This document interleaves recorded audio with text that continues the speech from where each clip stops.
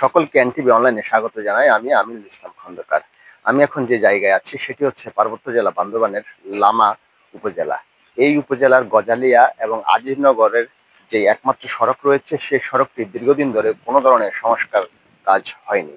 স্থানীয়দের অভিযোগ, দীর্ঘদিন ধরে এই সড়কে যান চলাচলের অনুপযোগী হওয়ার কারণে স্থানীয়রা ভোগান্তিতে পড়েছেন। স্থানীয় কৃষক এবং যারা বসবাসকারী রয়েছেন তারা গর্ভবতী এবং অসুস্থ মানুষ সহ স্কুলগামী শিশু শিক্ষার্থী যারা আছেন তারা সহ এই রাস্তার আশেপাশে প্রায় 15 থেকে 20টি গ্রামের মানুষজন ভোগান্তিতে রয়েছেন।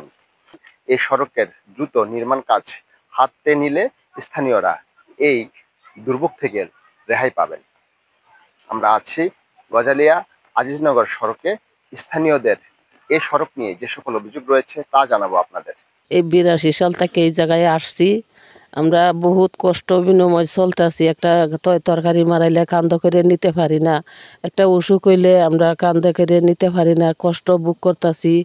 তো এই জায়গার রাস্তার লাগিলে আমরা খুবই অপেক্ষায় আছি। যদি রাস্তাটা হয় আমরা খুবই সুবিধা হয়, নয়তো আমরা বেশি বিপদে আছি। 40 বছর ধরে এই জায়গায় বসবাস করতেছি। এই জায়গায় মগ বাঙালি বহুত লোক আছে, প্রায় 1,500 মতো। আমরা খুব সমস্যায় আছি। তরকারি মরকারি করলে এগুলো নিয়ে বাজারে যাইতে খুব সমস্যা হয়। 8 বাজার এই জায়গার থেকে প্রায় 5 মাইল 5.5 মাইল দূরে। আমরা খুব সমস্যা আছি রাস্তাঘাটের লাগে। পাহাড়ি এলাকা এখন আগে তো রাস্তা আছে, এখন তো রাস্তা আর নপারি বেরিয়েছি নাই বাঙি যায় গো কেন করবো তো আর পারে পানি বেশি হলে আর তারি না আর নপারি তো যখন রাস্তা হয়ে যাবো পাহাড়ে আর তারিব সুবিধা হয়ে যাবে গো। রাস্তা না হইলে খবর হয়ে যাবে বেরিয়েছি বাংলাতে রাস্তা না হই। আমরা এই রোডটা ঝুঁকিপূর্ণ মধ্যে আছে। আমরা এখানে সকলে চাষবাস করি খাই এবং উচিত মূল্য আমাদের কি দ্রুত মূল্য আমরা পাই নাই এবং উচিত মূল্যভাবে আমরা বিক্রি করতে পারে নাই। হস্তা করে আমরা এখান থেকে বিক্রি করে খাই। চাষ বা কষ্টর বিনিময় ঝুঁকির মধ্যে আছে এবং আমরা একটা রুগী নিয়ে যেতে হয়, এখানে কোনো যানবাহন যাত্রী গাড়ি নাই এবং আমরা শুধু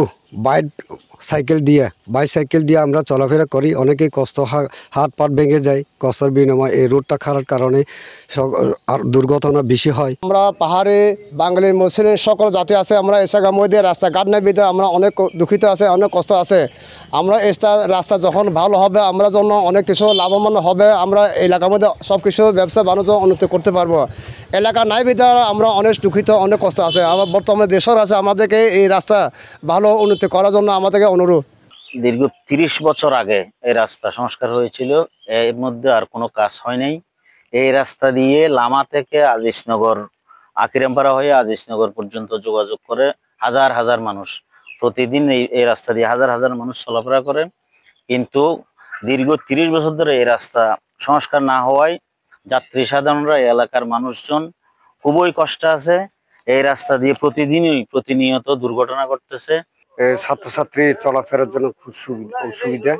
এর জন্য খুব দ্রুতভাবে কাজ শুরু করে দিলে খুব এলাকার জন্য খুব উপকৃত হবে। গজালিয়া আপনার এই ডিসি রোড হইতে যে এই আজিজনগর যাওয়ার রোড যেটা আছে এসবিবি রোড, আসলে মানুষ যাওয়ার মতো উপযোগী নয়।